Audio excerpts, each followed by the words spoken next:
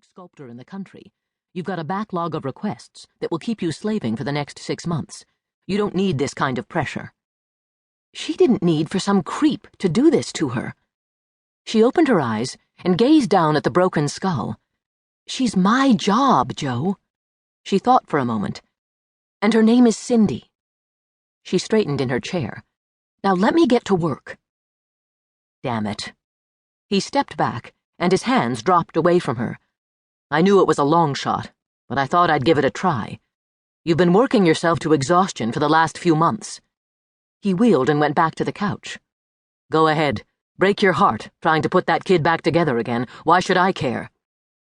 I don't know, Joe. She smiled. But I thank God you do. She looked down at the bone splinters that might belong to the nasal cavity. Or might not. And Cindy will forgive you for trying to push her off on Josephson. I'm relieved, he said dryly, but I'll take my chances on being in her bad graces. After all, she's been dead 10 years. At the moment, you're the only one I care about. I don't want... Eve's cell phone rang. She glanced at the ID. She tensed. Who is it? Joe asked. Venable. He frowned. Not good. That was Eve's reaction. They had dealt with Venable and the CIA on several occasions, and it usually ended with her being pulled away from her work and into deep trouble. Not this time. She punched the button on her cell. What do you want, Venable? Why are you on the defensive? Venable asked. Maybe I only want to check in and see if you're okay. You were in a hospital in Damascus recovering from a gunshot wound the last time I saw you.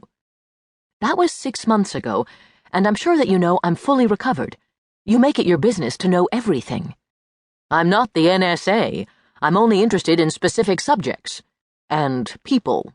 I feel a certain attachment for you and Joe. What do you want, Venable?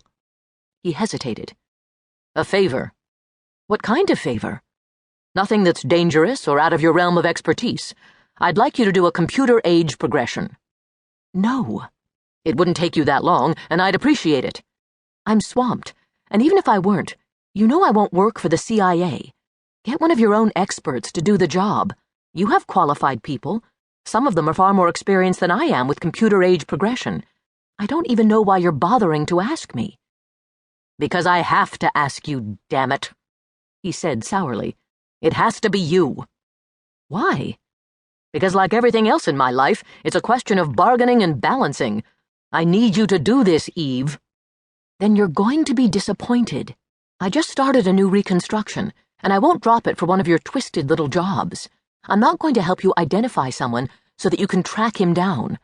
I'm never sure whether the prey you're stalking is a saint or a slime ball, or if he's a saint, that you're not using him in ways that I'd never go along with. You're capable of manipulating anyone to shape a deal. Yes, I am, he said wearily.